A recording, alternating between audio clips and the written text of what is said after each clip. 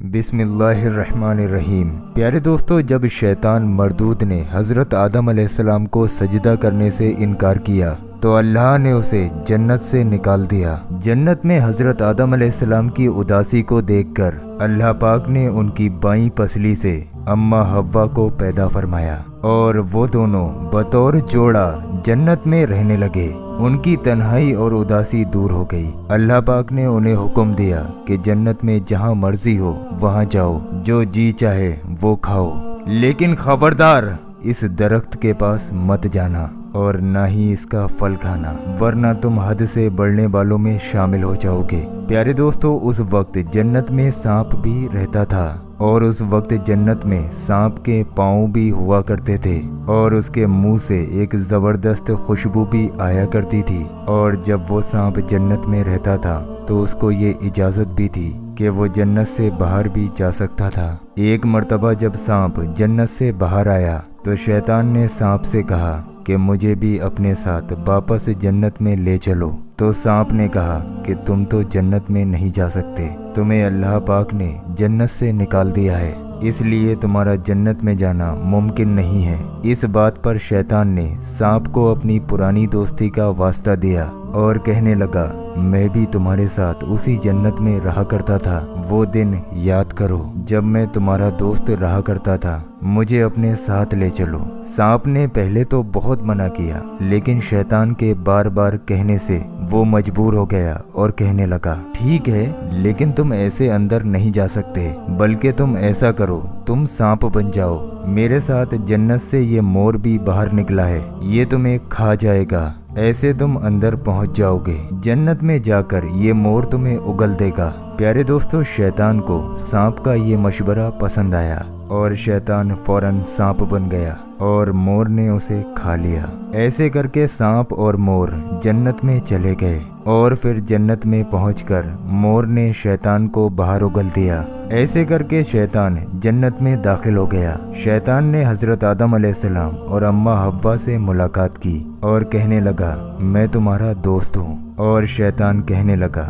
कि जन्नत के उस फल को तुम क्यों नहीं खाते? उन्होंने कहा कि अल्लाह ने हमें उस दरख्त से दूर रहने का हुक्म दिया है और उस दरख्त का फल खाने से मना फरमाया है, इसीलिए हमने वो फल नहीं खाया और ना ही हम ऐसा करेंगे। हम अल्लाह पाक के हुक्म के मुताबिक ही चलेंगे। लेकिन दोस्तों, शैतान ने उन्हें ये भरोसा दिलाया, ये उनका खैर ख्वाह है, उनका दोस्त है, मगर उन दोनों ने शैतान की कोई बात ना मानी। प्यारे दोस्तों, जब हज़रत आदम अलैहिस्सलाम सो गए तो शैतान अम्मा हव्वा के पास आया और कहने लगा, आप वो फल ज़रूर खाएं, वो फल बहुत उम्दा है। अल्लाह ने आपको उस फल से दूर रखने का हुक्म इसलिए दिया है, कहीं आप वो फल ना खा लें, क्योंकि उस फल को खाने से इंसान फरिश्ता बन जाता है। इसी तरीके की तमाम बातें शैतान करने लगा। पहले तो अम्मा हव्वा ने मना किया, लेकिन बहुत ज़्यादा इसरार करने पर, खुशामद करने पर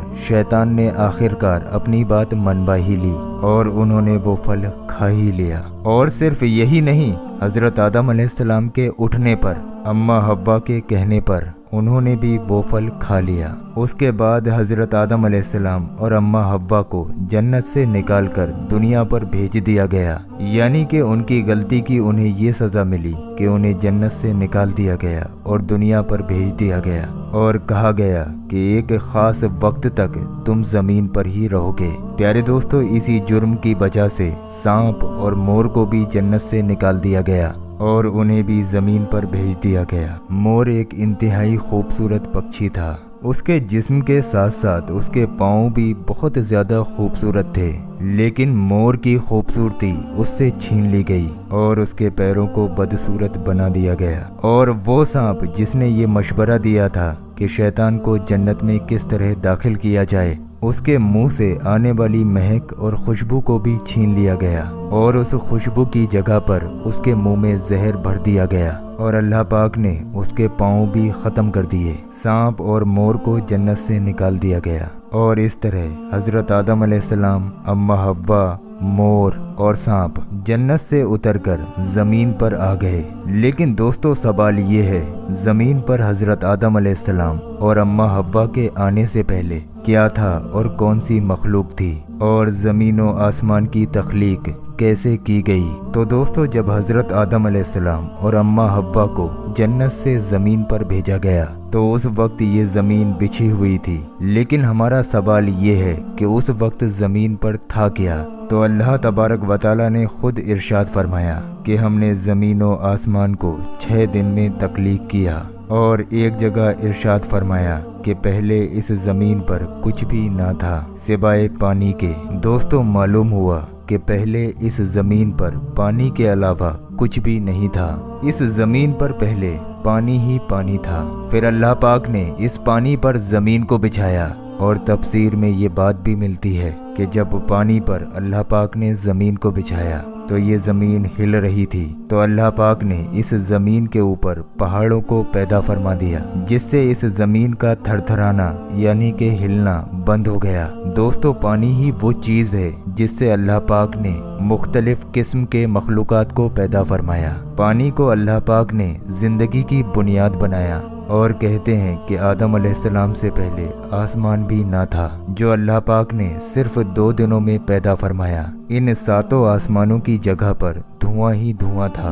और फिर अल्लाह पाक ने इस धुएं से आसमान को पैदा फरमाया। जब अल्लाह पाक ने आसमानी दुनिया को पैदा फरमाया तो अल्लाह पाक इरशाद फरमाता है, तो हमने आसमान में चिराग की तरह सितारों को पैदा फरमाया। यानी कि आसमानी दुनिया में अल्लाह पाक ने सितारों को पैदा फरमाया जो रात में चमकते हैं। याद रहे, अल्लाह पाक ने ज़मीन व आसमान और सारा निज़ाम बनाया। ये पहाड़, ये जंगल, ये चरिंद, ये परिंद, ये दरिया, ये समंदर और सहरा और मैदान, ये सब कुछ अल्लाह पाक ने अपने हुक्म से तख्लीक किया। और अल्लाह पाक ने आसमानों से बारिश बरसाई और अपने हुक्म से ज़मीन पर तरह तरह के दरख्त और पेड़ों को पैदा फरमाया। दोस्तों, मालूम हुआ जब आदम अलैहिस्सलाम ना थे तब भी ये कायनात थी। जब अल्लाह पाक ने हज़रत आदम अलैहिस्सलाम को तख्लीक करने का इरादा फरमाया तो अल्लाह पाक ने इस कायनात को तरतीब दिया और इस कायनात को पैदा फरमाया। और जब हज़रत आदम अलैहिस्सलाम को अल्लाह पाक ने पैदा फरमाया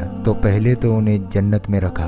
और फिर इब्लीस की बातों में आकर जब आपने वो फल खाया तो अल्लाह पाक ने हज़रत आदम अलैहिस्सलाम को ज़मीन पर भेज दिया। दोस्तों, याद रहे, अल्लाह की ज़ात मौजूद थी, मौजूद है और मौजूद रहेगी। तमाम जहानों को पैदा करने वाली ज़ात अल्लाह ही की है। ज़मीन व आसमान को पैदा करने वाली ज़ात अल्लाह ही की है। और जन्नत और दोज़ख को पैदा करने वाली ज़ात भी अल्लाह ही की है। अल्लाह पाक की मखलूक़ात कहाँ कहाँ है और कैसी कैसी मखलूक़ात है, ये तमाम बातें अल्लाह पाक बेहतर जानता है।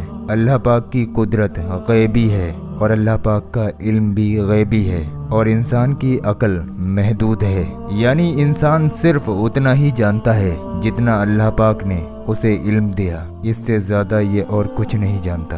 अल्लाह पाक बेहतर इल्म रखता है, बेशक वो हिकमतों वाला है। ऐ इंसान, तू किस गफलत में अपनी ज़िंदगी को गुजारता है। इस दुनिया के ऐशो आराम को देखकर तूने ये सोचा कि मौत को तू अपने आप से दूर कर देगा। लेकिन बस इतना समझ, जिस दुनिया को तू ऐशो आराम की जगह समझता है, यहाँ अल्लाह ने हज़रत आदम अलैहिस्सलाम को सज़ा के लिए भेजा था।